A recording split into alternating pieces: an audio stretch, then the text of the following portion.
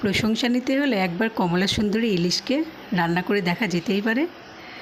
সুন্দরী যখন কমলা ইলিশ তখন আর কোনো কথা হবে না।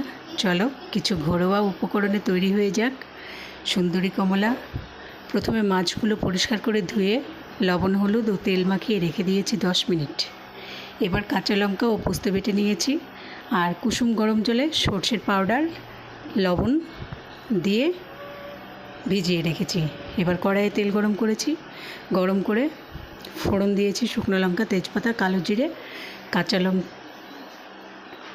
তারপরে কাঁচা লঙ্কা বাটা দিয়ে নেড়ে চেড়ে কাশ্মীরি লাল লঙ্কা গুঁড়ো, জিরে গুঁড়ো, কাঁচা লঙ্কা চেরা, নুন হলুদ দিয়ে ভালো করে নেড়ে চেড়ে পোস্ত বাটাটা দিয়ে কষিয়ে নিয়েছি। এবার চিনি দিয়ে ভালো করে আরেকটু কষিয়ে নিয়ে কুসুম গরম জলে নুন দিয়ে গুলে রাখা সর্ষের পেস্ট দিয়ে দিয়েছি।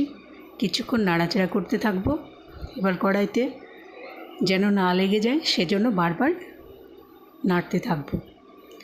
এরপর টক দই দিয়ে দেব, দিয়ে আরও কিছুক্ষণ কষিয়ে নিয়ে আগে থেকে গরম করে রাখা জল দিয়ে দেব পরিমাণ মতো। তারপর জলটা ফুটে উঠলে মাছগুলো দিয়ে ঢেকে রান্না করব 10 মিনিট।